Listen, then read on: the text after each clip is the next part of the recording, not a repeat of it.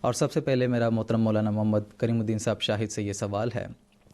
کہ جس وقت سیدنا حضرت اقدس مسیح موعود علیہ الصلوۃ والسلام نے ماموریت کا اعلان کیا، اس وقت اسلام پر ایک سہ طرفہ حملہ تھا۔ ایک طرف مسیحیت کا اعلگار تھا تو دوسری طرف ہندو جو مسلمان کی 66 سالہ اقتدار، جو سیاسی اقتدار تھا، اس سے متعصب ہونے کے نتیجے میں اسلام پر حملہ آور ہو رہے تھے، اور دوسری طرف اسلام کے خود ماننے والے یعنی مسلمان اپنے اعمال و عقائد کی کمزوری کے نتیجے میں صرف اسلام کا نام رہ گیا تھا۔ ایسے موقع پر حضرت بانی سلسلہ عالیہ احمدیہ حضرت اقدس مرزا غلام احمد صاحب قادیانی علیہ الصلوۃ والسلام نے اپنے ذات کو بطور ثبوت پیش کرتے ہوئے یہ اعلان فرمایا کہ اسلام کا پیش کردہ خدا ایک زندہ خدا ہے اور وہ نشانات ظاہر کرتا ہے اور اپنے محبوں کو معجزات اور کرامات سے نوازتا ہے۔ تو اس سلسلے میں آپ نے جو دنیا کے سامنے ایک نشان نمائی کا چیلنج پیش کیا، اس کی تفصیل کے تعلق سے ہمارے ناظرین کو کچھ عرض کرنے کی میں آپ سے درخواست کروں گا۔ جزاکم اللہ۔ بسم اللہ الرحمن الرحیم۔ ناظرین و سامعین اکرام، حضرت مسیح موعود علیہ الصلوۃ والسلام نے 1880 سے لے کر 1884 تک 4 سالوں میں براہین احمدیہ کے 4 جز تصنیف فرمائے تھے، اور اس کا نقطہ مرکزی یہی تھا کہ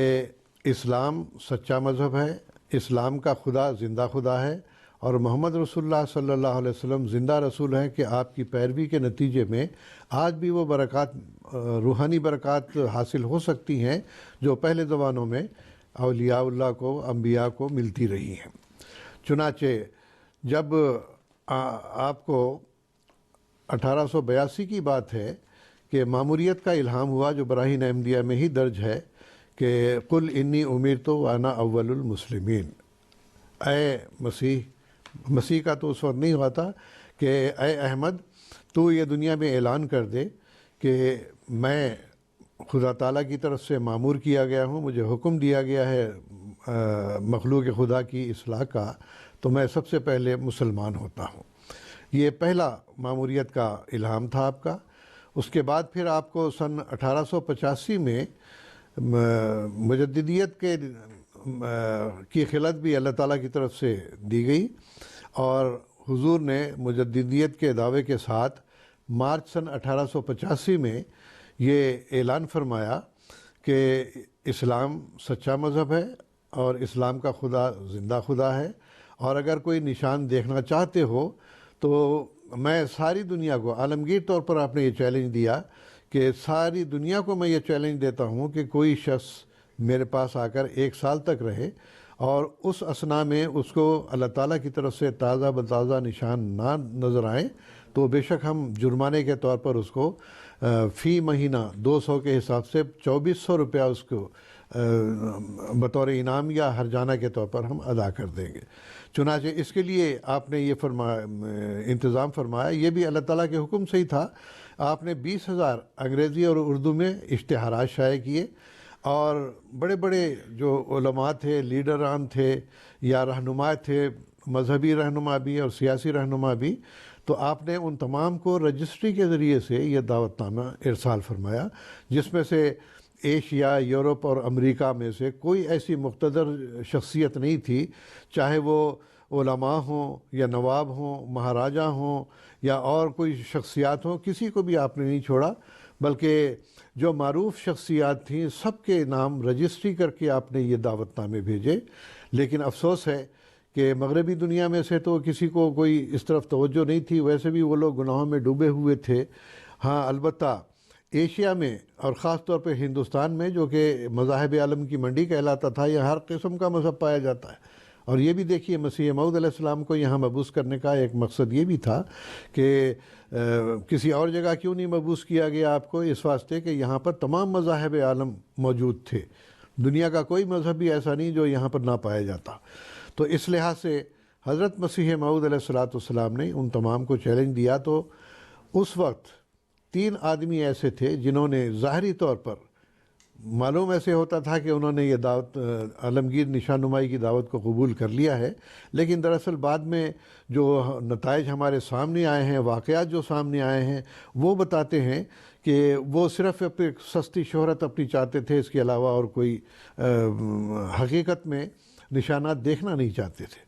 ان میں سے ایک تو تھے منشی اندرمن مراد آبادی، اور دوسرے تھے پنڈت لیکھ رام آریہ سماج میں، اور تیسری شخصیت جو ہے وہ پادری سوئفٹ تھے، جو گوالیار کے رہنے والے تھے دراصل، اور ان کی تعلیم جو ہے وہ سہارنپور کے جو مسیحی الہیات کا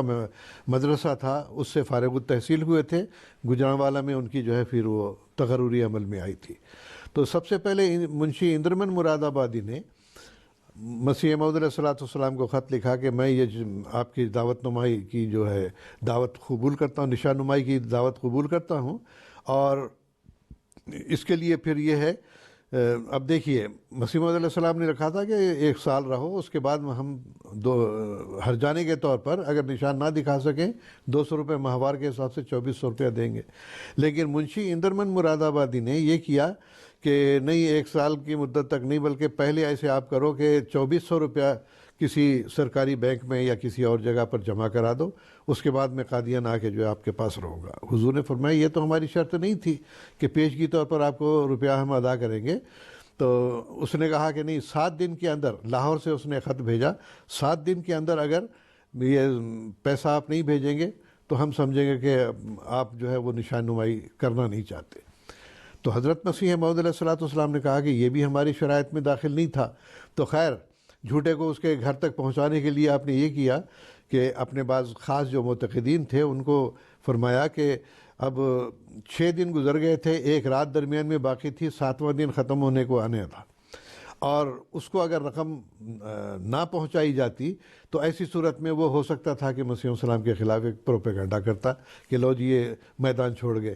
تو حضور علیہ السلام نے لاہور میں اپنے معتقدین کو یہ فرمایا کہ 2400 روپیہ فراہم کر کے اس شخص کو لے جا کے دے دو۔ چنانچہ اللہ تعالیٰ کا کرنا ایسا ہوا کہ فوری طور پر روپے کا انتظام بھی ہو گیا، اور وہ روپیہ پہنچانے کے لیے جس جگہ اس نے کہا تھا کہ روپیہ پہنچایا جائے، وہاں پر جب یہ وفد پہنچا جس میں حافظ محمد یوسف صاحب ان کے لیڈر کے طور پر تھے، یا اس وفد کے جو ہے امیر کے طور پر تھے، جب انہوں نے وہاں لے جا کے روپیہ دینا چاہا تو لوگوں نے کہا وہ تو یہاں پر نہیں ہے، وہ تو جس دن اس نے خط لکھا تھا اسی دن یہاں سے چلا گیا، وہ فرید کوٹ چلا گیا تھا، تو وہ پھر واپس نہیں آیا وہاں سے۔ پھر حضرت مسیح موعود علیہ السلام نے یہ ساری باتیں تفصیل کے ساتھ ایک اشتہار میں شائع کی کہ اس طرح سے انہوں نے گریز کیا اور ہماری شرائط کے خلاف انہوں نے جو ہے یہ مطالبے کیے تھے، اور اس طرح سے پھر یہ میدان چھوڑ گیا۔ اب یہ جب اس نے دیکھا کہ میرا جھوٹ کھل گیا ہے تو اس نے ایک اشتہار دیا کہ مرزا صاحب نے کہا تھا کہ یہاں پر آؤ میں نشان دکھاؤں گا، لیکن بعد میں انہوں نے کہا میں کوئی نشان نہیں دکھانا، بالکل جھوٹ پر مبنی جو ہے ساری باتیں اپنی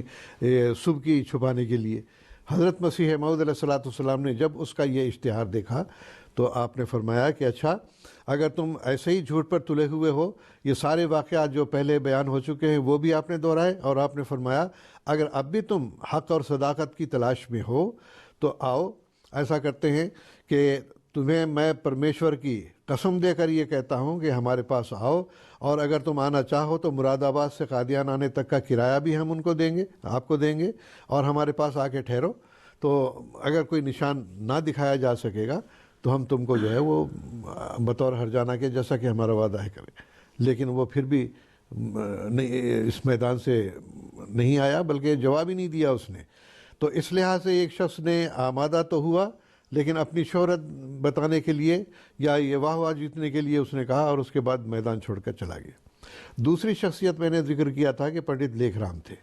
یہ پشاور کے رہنے والے تھے دراصل، اور اپنے آپ کو آریوں کا جو ہے لیڈر سمجھتے تھے۔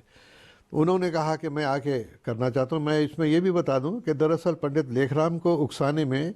حضرت مسیح موعود علیہ السلام کے جو چچازاد بھائی تھے، مرزا امام الدین صاحب اور مرزا نظام الدین صاحب، ان لوگوں نے جو کہ بےدین قسم کے لوگ تھے اور آریہ سماجیوں کے ساتھ بھی ملے ہوئے تھے، اسلام کا تمسخر اڑاتے تھے، بہت ساری باتیں تاریخ میں آتی ہیں ان کے بارے میں، تو بہرحال وہ اسلام سے سخت متنفر تھے، اور انہوں نے جا کے پھر پنڈت لیکھ رام کو کہا کہ ہم تمہاری سپورٹ کریں گے، آؤ۔ اس کی پیٹھ تھپ تھپائی، لیکن آ کے بجائے اس کے کہ وہ حضرت مسیح موعود علیہ السلام کے پاس ٹھہرتا، ہندو محلے میں جا کے ٹھہرا۔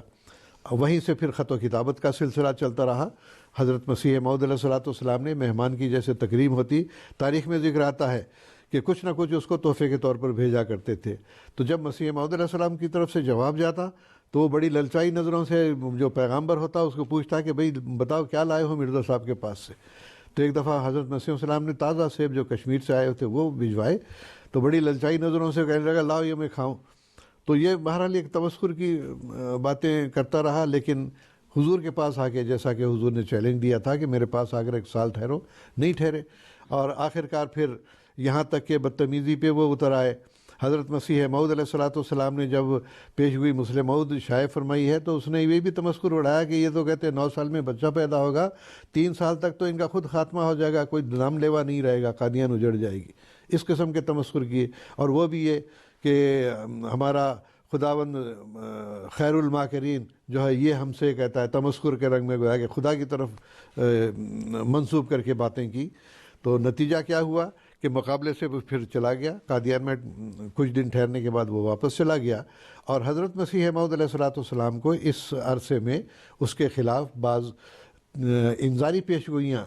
معلوم ہوئی تھی جو آپ نے مصلحتاً شائع نہیں کی. بعد میں جب حضور نے فرمایا کہ تمہارے بارے میں مجھے کچھ انذاری خبریں ملی ہیں، اگر تم کہو تو میں شائع کرتا ہوں. اس نے کہا کہ کوئی بات نہیں، جو مرضی شائع کرو، میں نہیں ڈرتا. تب حضرت مسیح موعود علیہ الصلوۃ والسلام نے وہ پیشگوئی شائع کی جو لیکرام سے متعلق ہے. چونکہ اب یہ بحث کا موضوع نہیں ہے، اس واسطے مختصراً اتنا ہی ہے کہ اس پیشگوئی کے مطابق اللہ تعالیٰ نے اس کو 6 مارچ 1897 میں وہ حضرت محمد مصطفیٰ صلی اللہ علیہ وسلم کے خلاف جو وہ گالیاں دیا کرتا تھا، خنجر کی طرح اس کی زبان چلتی تھی، اللہ تعالیٰ نے خنجر سے ہی اس کا خاتمہ کر دیا. تو بہرحال یہ ایک الگ موضوع ہے. تو وہ بھی میدان چھوڑ کے چلے گئے. تیسرے، جیسا کہ میں نے ذکر کیا کہ پادری سوئفٹ تھے، یہ گجرانوالہ میں متعین تھے، اور جیسا کہ میں نے ذکر کیا کہ یہ دراصل گوالیار کے رہنے والے تھے. یہ سہارنپور میں مسیحیوں کا یا عیسائیوں کا ایک بڑا ادارہ تھا جو مدرسہ الہیات کہلاتا تھا. یہ وہاں کے فارغ التحصیل تھے اور اپنے آپ کو بہت بڑا عالم سمجھتے تھے. انہوں نے آمادگی کا اظہار کیا کہ میں آ کر رہنا چاہتا ہوں، لیکن میرے مناسب حال جو ہے رہائش ہونی چاہیے. انہوں نے بھی یہ کہا کہ نہیں، پہلے 3 مہینے کی جو تنخواہ بنتی ہے 600 روپے، وہ پہلے پیشگی میرے پاس جمع کرا دو، اور اس کے بعد پھر جو ہے میں قادیان آؤں گا تو میری رہائش کا اعلیٰ انتظام ہونا چاہیے. تو حضور نے فرمایا کہ یہ تو کوئی شرط نہیں تھی ہماری کہ 3 مہینے کی جو ہے تنخواہ کے طور پر پیشگی دی جائے. ہاں، تم آ کر رہو، نشان اگر نہیں دیکھ سکو گے تو پھر ایسی صورت میں بطور ہرجانہ ہم تو 2400 روپے دینے کے لیے تیار ہیں. باقی رہا رہائش کا معاملہ، تو حضور نے فرمایا میں تو جیسے حضرت مسیح ناصری ایک کمزوری کے عالم میں اور بہت ہی غربت کے عالم میں آئے تھے، اسی طرح میں بھی ایک غربت کے عالم میں ہوں. البتہ ہم سے جس قدر بھی آرام و آسائش کا مکان ہو سکتا ہے وہ آپ کے لیے مہیا کریں گے. جو غذا اعلیٰ سے اعلیٰ ہم مہیا کر سکتے ہیں وہ آپ کو کھلائیں گے. آپ بے شک بغیر تردد کے چلے آئیں. لیکن آخر کار وہ بھی میدان چھوڑ کے چلے گئے. اس کے بعد حضرت مسیح موعود علیہ الصلوۃ والسلام نے، یہ ستمبر 1886 کی بات ہے، کہ حضور نے فرمایا کہ اب ایسا کرتے ہیں کہ کوئی میدان میں آ نہیں رہا تو 1 سال کی مدت ہم کم کر کے 40 دن کی مدت مقرر کرتے ہیں کہ 40 دن ہی آ کے کوئی ہمارے پاس ٹھہرے، اور اس اثنا میں اگر کوئی ایسی پیشگوئی نہ دیکھے یا کوئی ایسے نشان نہ دیکھے جو خدا کی قدرت اور اس کی تجلی اور اسی طرح سے اسلام کی سچا ہونے پر دلیل ہو، تو بے شک ہم ہرجانہ کرنے کے لیے تیار ہیں. لیکن اس کے باوجود کوئی نہیں آیا. جیسا کہ مسیح السلام نے فرمایا، آزمائش کے لیے کوئی نہ آیا، ہر مخالف کو مقابل پہ بلایا ہم نے. تو یہ پھر حسرت ہی رہ گئی دنیا کو کہ کاش کہ کوئی آ کے حضور کے پاس ٹھہرتا اور اسلام کی حقانیت اور محمد رسول اللہ صلی اللہ علیہ وسلم کی سچائی کے بارے میں نشانات دنیا کو دکھلانے کا موجب بنتا، جس کے نتیجے میں اسلام اور محمد رسول اللہ صلی اللہ علیہ وسلم کی شان بلند ہوتی. جزاکم اللہ تعالیٰ احسن الجزا. اللہ تعالیٰ انبیاء کرام کی صداقت کی دلیل کے طور پر قرآن مجید میں یہ بھی فرماتا ہے کہ عالم الغیبی فلا یظہر علی غیبہ احدا الا من ارتضی من رسول. یہ سورہ جن کی آیت نمبر 27 اور 28 ہے کہ اللہ تعالیٰ صرف اپنے برگزیدہ رسول پر غیب کی باتوں کا جو نا ان کو غلبہ عطا کرتا ہے۔ چنانچہ سیدنا حضرت اقدس مسیح موعود علیہ السلام نے اسلام کی نمائندگی میں اپنی ذات کو بطور ثبوت پیش فرماتے ہوئے دنیا کے سامنے یہ چیلنج کیا کہ اگر کوئی اسلام کے خدا کے زندہ نشانات کا مشاہدہ کرنا چاہتا ہے اور اس کی تائید و نصرت کو دیکھنا چاہتا ہے اور امور غیبیہ سے جو اللہ تعالیٰ مجھے مطلع کرتا ہے اس کے تعلق سے جاننا چاہتا ہے تو وہ قادیان میں آ کر رہے اور ان نشانات کا مشاہدہ کر سکتا ہے۔ ایک ٹیلی فون کالر، تھوڑی سی میں بات بیان کر دوں۔ اسلام ایک نشان البتہ منشی اندرمن مراد آبادی کے تعلق سے ہی بات تو رہ گئی تھی کہ یہ تو میدان چھوڑ کے چلا گیا، نشان تو نہیں دیکھا کوئی، لیکن اللہ تعالیٰ نے فضل ایسا کیا کہ 15 سال کے بعد لالا نارائن دت جو ہے وہ اس کا داماد تھا، ایڈوکیٹ تھا، اور اس کا نواسا منشی اندرمن مراد آبادی کا، تو وہ